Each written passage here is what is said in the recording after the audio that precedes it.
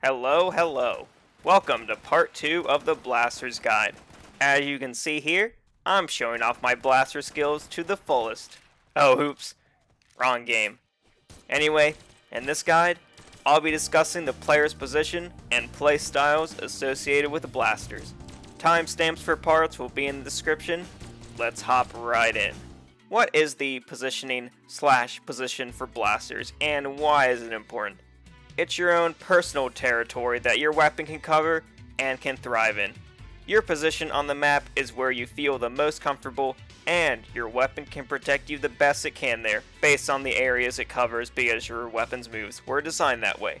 Every weapon has its own areas that it can cover, with the colored ground and hitboxes being the distance those moves can cover, and with the colored aerial hitboxes being the distance they can cover. Your position is going to be constantly changing based on in-game factors and psychological factors. There are a multitude of in-game and psychological factors, but one example that's common is being pressured by a weapon. Your zone can change due to either you having to reposition yourself, or you may feel you can't do anything against your opponent. But one thing is certain, how you are able to protect your position will be the same no matter what you go up against. While some weapons will have a fantastic matchup into blasters, you can defend yourself and learn to counter that matchup accordingly with the right game plan. On this graphic, the arrows represent the route the opponent will go to in order to attack you, using a convenient move designed just for that. The moves on this graphic are to give you an idea of which moves might be used against you given the circumstance. Our first enemy attack route is represented by the red arrow. Red arrows illustrate the opponent being grounded or falling and using a move that is threatening your position, depending on if it's a grounded move or a side arrow move. A grounded move that can get to you, a move that can catch your landing, or a falling move will lose to some moves we've got. Knowing which blaster moves to use here is important, as 2 out of the 3 moves here have a ton of recovery frames. Sidelight, depending on how far the opponent is away, is the best move for that, as the range for Sidelight is perfect for us. Inlight is a move that can hit the opponent who is close to you and is quick, but just because Inlight has low recovery frames doesn't mean it's the best option when someone is close. Sometimes you'll have to use D-Light, as it may be the best option. Using D-Light, or Gravity Cancel D-Light, is great, since the hitboxes for the move will be in your favor and also hit stacked.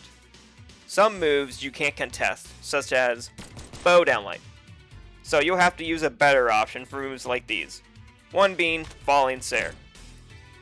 Use Falling Sare if your opponent misses and tries to push into you, or they retreat away while they are grounded. Our second enemy attack route is represented by the orange arrow. Orange arrows illustrate the opponent going airborne and picking different paths that lead to the same position, which ultimately is attacking your blind spot. Although airborne opponents are one of Blaster's hardest things to avoid, this blind spot is dangerous for you, as no light attack on the Blaster kit can cover your blind spot. If Blasters had a move like Axe D-Light or Bow and Light, it'd be simple to handle. We do, however, have some options to use that can work. You can preemptively throw out Dare if you know the opponent won't hit you, but if you know they will hit you, backing up and quickly using Sare will work. Now, what if the opponent is just hovering in the air, not attacking you yet? X-Pivot Nair or reverse X-Pivot Nair will always surprise them with how quick it is, and the momentum of X-Pivot Nair will slightly move you back to where your position was. Another move you can potentially use here is a signature.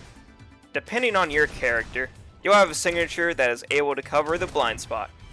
Characters like Barraza, Lord Vrax, and Lucian have Insig on their blasters, which is great for situations like this.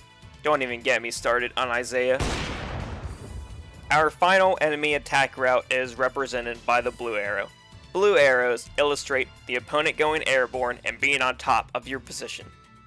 While you do have Nair, sometimes it won't work, as some of the moves being used on you will be too fast, or your opponent may avoid your Nair. So repositioning yourself isn't a bad idea to do. Nair, though, can beat out some moves depending on the range they are at and the priority of your nair against certain moves. Now, what if the opponent is just hovering in the air, not attacking you yet, just like before? This is where you use recovery, but be careful, because if you miss, there's a chance for you to be punished, or you'll just fly away unharmed. What the opponent does to threaten your position will be different. However, handling them will be up to you. With an idea of the position you as a blaster player will be in, we can move on to a key component of blasters that ties in with your position, that being the playstyles of blasters. The great thing about blasters is the playstyle you use isn't complicated and works in both 1v1 and 2v2 games. The first playstyle for blasters is the aggressive/offensive playstyle, or what I call John Wick mode. This is where you use your moves to not only go in and utilizing your damage potential to the fullest, but destroying the enemy's position and taking their space as your own. The moves used will be the ones where they will grant you range advantage, and at times you won't be able to be punished should you miss a move. Now, with this playstyle, you don't automatically run in guns blazing. You have to be smart with what you do and know what move to use in the right moment. Here, I'll demonstrate an example of this playstyle. At this part, I hit a dare on my opponent. My opponent decides to back away. Since I know he's going to do that, that's when I push onto him. Although it isn't the safest playstyle, it is a very rewarding playstyle based off of solely on the knowledge of the player and what they can do. The player can get the most out of this playstyle based off of the plays they do, how they position themselves, and taking control of the opponent's area. With that being said, it's not the easiest playstyle and takes some time to learn. The second and last playstyle for blasters is the passive/defensive playstyle. This is where you hold your ground while keeping the enemy out and using the safest moves as possible while minimizing the damage intake. Just like the aggressive/offensive playstyle, the moves you'll use can give you a range advantage while making sure you're safe. Think of it like Revolver Ocelot using his environment and using his shots safely. Mine, it's him doing his usual Ocelot stuff. Engravings give you no tactical advantage whatsoever. This playstyle revolves around you being the most defensive as possible, and possibly baiting your opponent to get the upper hand. Does that mean you have to be on the defense the whole match? No, but a majority of the time you will be, and there's nothing wrong with that. Here, I'll demonstrate an example of this defensive playstyle. I start to run away, forcing my opponent to run and chase me. Holding my ground as he attempts to attack, I sidelight. Holding my ground again and giving up a little bit of space, I sidelight again. I run away again, trying to sidelight, miss, but so does he. This is where I back away to the ground and delight Sair.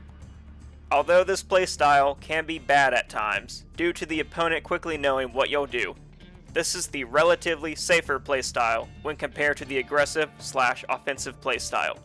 The player can get the most out of this playstyle based off of using their range moves to their advantage, keeping the opponent away from their area, and taking minimal damage compared to their opponent.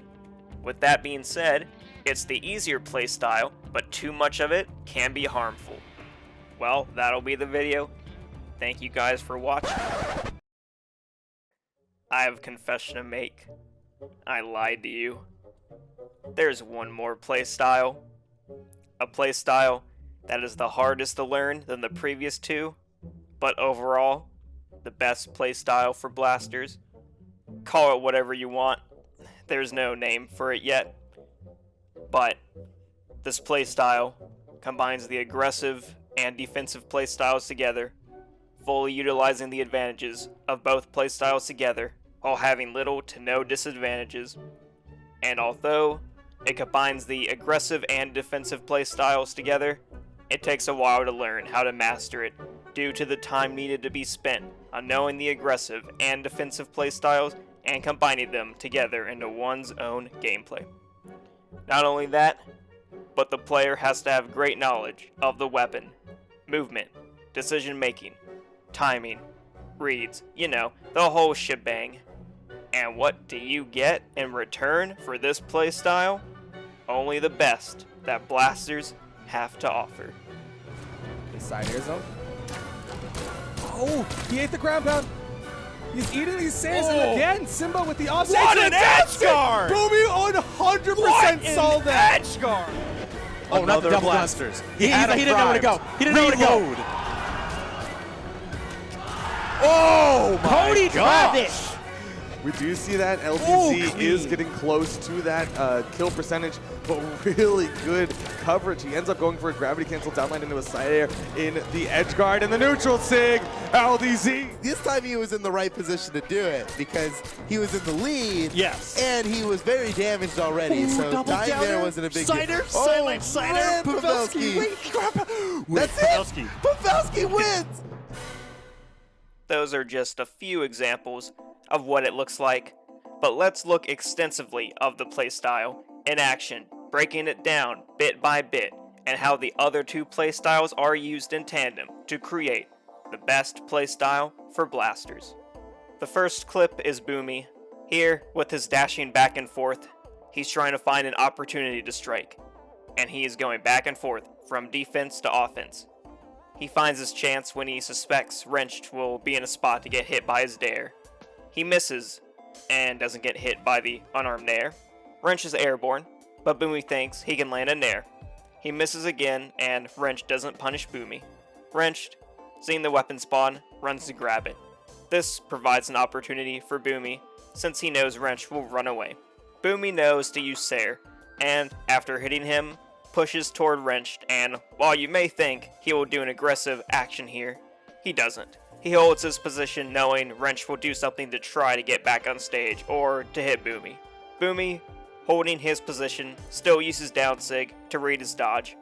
After Wrench is knocked off stage, Boomie feels like committing, but doesn't do so after realizing he'd be giving up his position. He holds his spot and slowly gives up to bait Wrench back on the stage and into an attack. It works, and Boomie retreats to give more space to Wrench in order to bait him and to try to find the kill option. Boomie believes Wrenched being airborne will do a dare, Sair, or recovery, and spot dodges, thinking he'll attack, but Wrenched was baiting him, and he thinks of Boomie being in the air still, so he does an air. And after Wrench misses his attack, and with Boomie not wanting to risk anything, both players decide to retreat to gain some ground. Boomie does a small dash jump and touches the ground, and so Wrench thinks he can attack Boomie.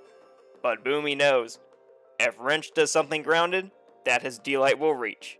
And with that, Boomie gets a kill confirm. The second clip is, oh hey, it's me! Anyway, thinking I'll hit Kostluk's grounded, I use Dare, but he dashes away. With missing the Nair and knowing he'll be in recovery frames, I get the damage off and I know he'll be in the air, so I throw out a second Nair. With no options, Kostlux wants to get some ground back. I give him the ground and I bait him to take it. Knowing the range, I avoid him and attack him. I become aggressive with my gravity cancel side sig, wanting to push him back even more, but I miss, so I retreat. I use Sair to cover my retreat, but I'm still in some recovery frames, so I get punished. With the Sair force against me, he'll believe I'll be grounded, but I jump to punish him and get a combo off, sending him back. And I decide to use a chase dodge to go in, since he wants to remain airborne.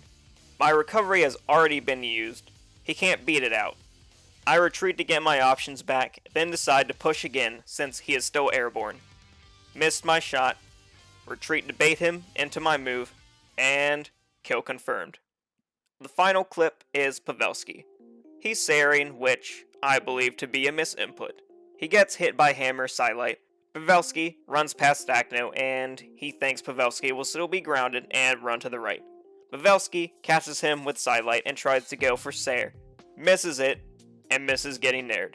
Does a combo, sending him airborne, and he believes Acno will stay airborne, so he throws out another nair, but misses. Acno, also thinking the same thing, throws out a nair, and misses. Pavelski tries to do the same combo again, but D-Light's Sidelight is health specific, and so he retreats again as Acno closes in on him. He thinks Acno will take space to the right and throws out Gravity Cancel Sidelight. Acno tries to punish him, and Pavelski misspaces his delete and tries to cover himself with Enlight, but Acno is faster. After getting hit, Pavelski holds his position and hits the Enlight he wanted, and using his chase dodge to do a reverse X pivot to cover Acno dodging up or in. After hitting Acno, he goes for a second nair, but Acno uses a jump to avoid it and tries to contest Pavelski with dare. Pavelski avoids it, does nair again, and into recovery. Acno tried to dare, but Pavelski's recovery was already thrown out. Pavelski not only goes down to get his options back, but he is trying to read Acno's movement. And so, he does. They end up meeting together, and Pavelski gets a kill confirm. Alright now. This is the end. I don't have any more tricks up my sleeve. This is the end of the Blaster Guide, Part 2. Yeah, that's it. No more tricks, I promise. Thank you guys for watching. Till we meet again, have a great day.